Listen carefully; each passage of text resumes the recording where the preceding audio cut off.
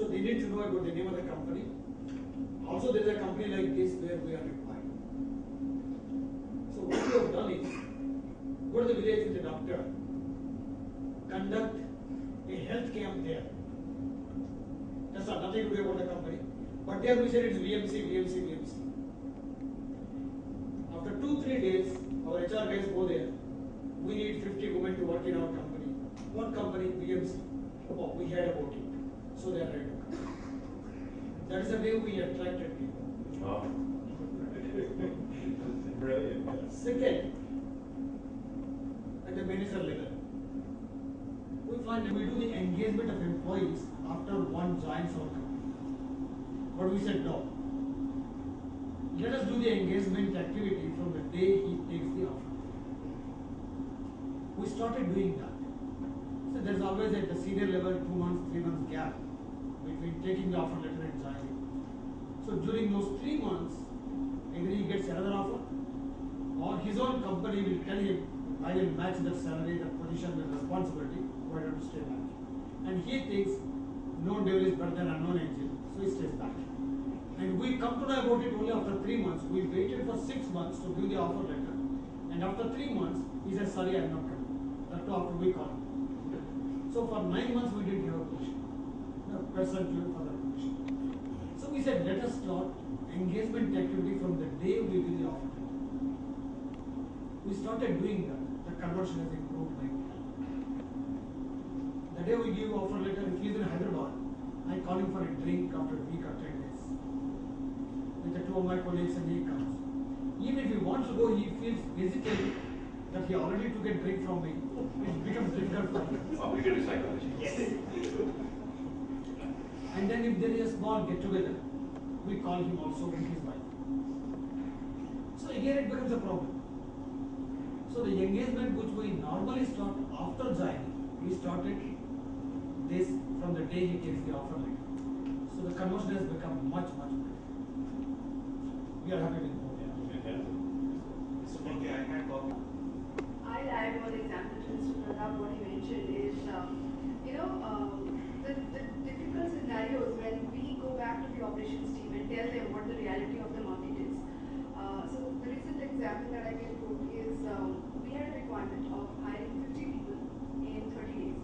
And the requirement was very, very niche because you needed to have an SQL knowledge with excellent communication skills.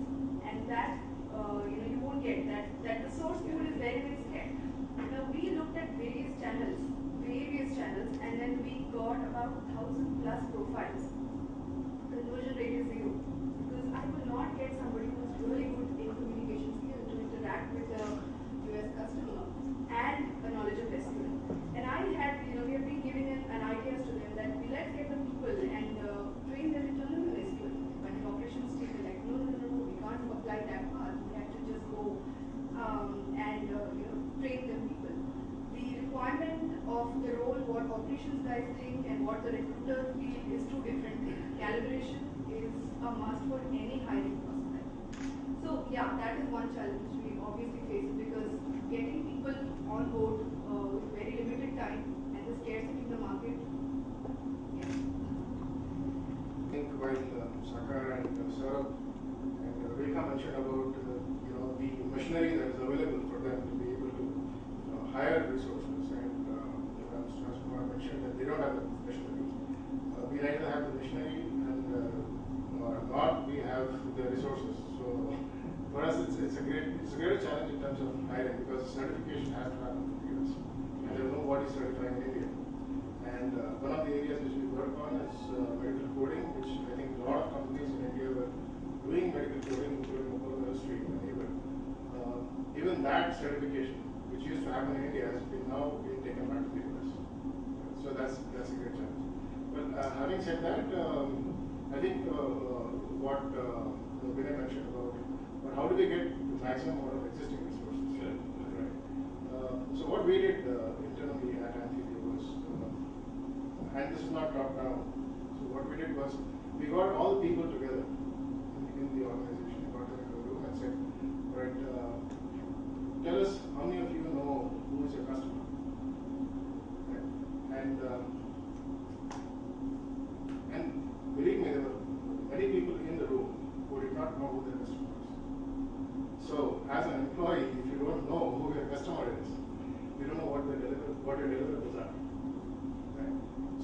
question of having to deliver, and you know what, it cannot be a top-down thing, because it is not, you know, the HR which is sitting down together and saying that these are your KRAs, and you know, for every specific individual in the organization, this is your KRA, this is what you need to deliver.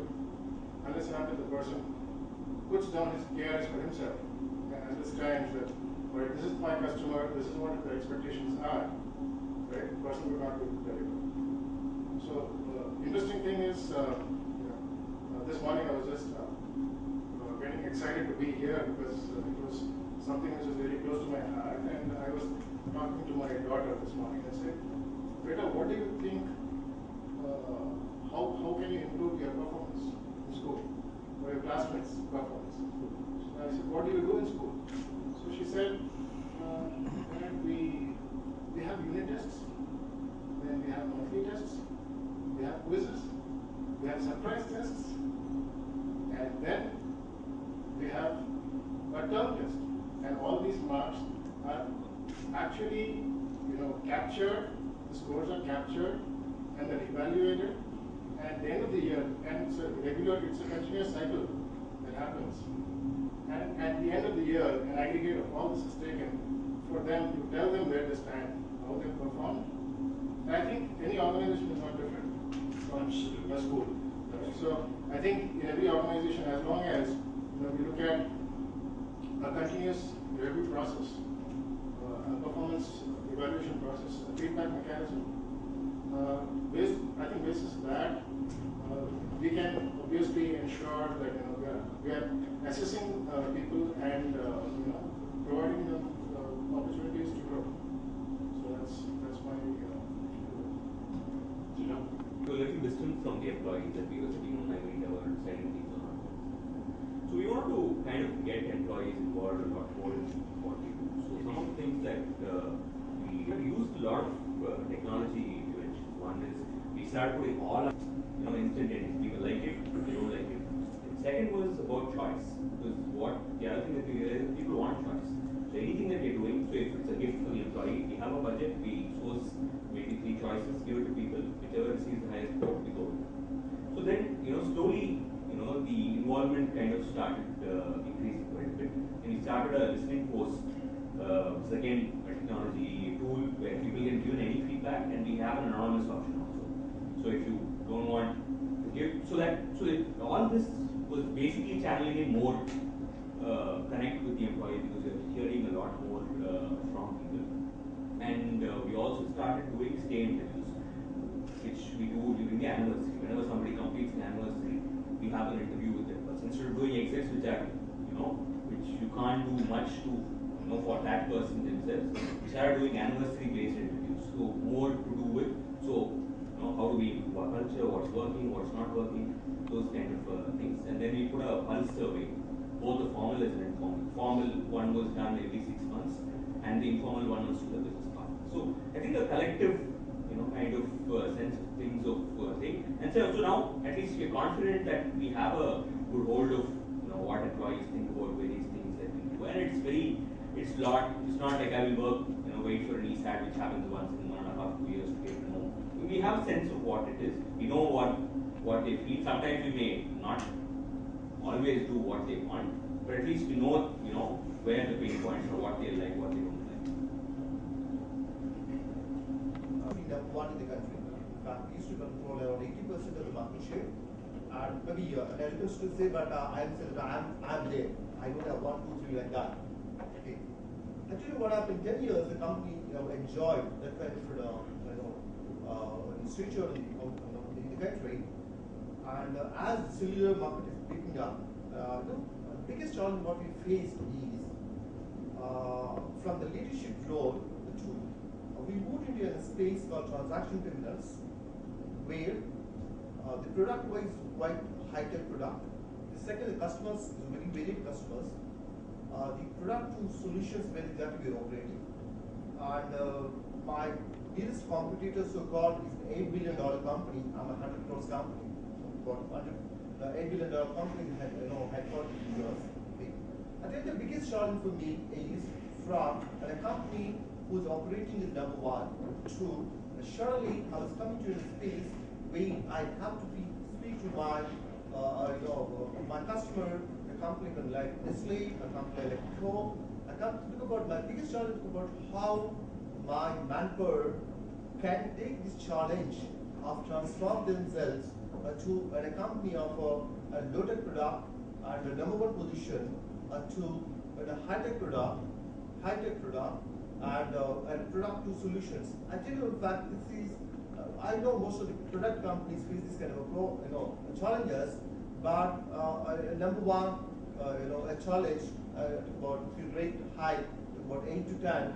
Challenge. I tell you, this is the biggest challenge what we faced a couple of years back. And first thing to do about, we don't get manpower in the market because that's where exactly we work in the niche space. I tell you what we done. In fact, we done in 2-3 phases. The first phase, we started building more freshers to the market where we to the company where we train their own requirements. This is one thing that what we've done. In fact, this big, of course, this also have many challenges. For example, the initial days when we went to campuses, we used to go for the good campuses, go for very ambitious, testing selection processes and select people. But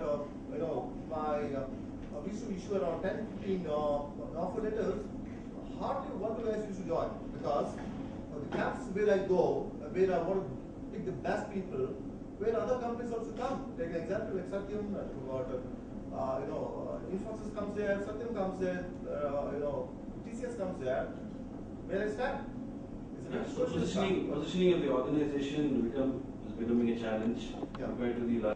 I don't know. It's like we picked the first one to slot the topmost of the colleges, and we went around 18 colleges for 45 people. It was taking a little more stretch for us, but we picked the best out of it. The failures are doing well, if you ask me. Okay. But another biggest challenge for me, in fact, what happens? See, sometimes retention is an issue. Sometimes people staying back is an issue. I have a lot of people in the company for the last 15 years. They did a great job for my company years back. In fact, where we are standing today, we have done those people. But today, they are not relevant. They're not in a position to, otherwise, as we all have ceilings, in fact, they also have some ceiling. They cannot get to the next level. Okay, but as a mid-sized company, we have own limitations with the perspective of the manpower, of course. Besides that, we have own sentiments also. Because the guy working for the last 15 years or 16 years, I cannot ask him to go one day. But what I do with them? That's the biggest thing, still we are struggling. If you ask him about the mid band, sometimes the top band also, it's a big challenge. So I think we'll cover some of that in the discussion.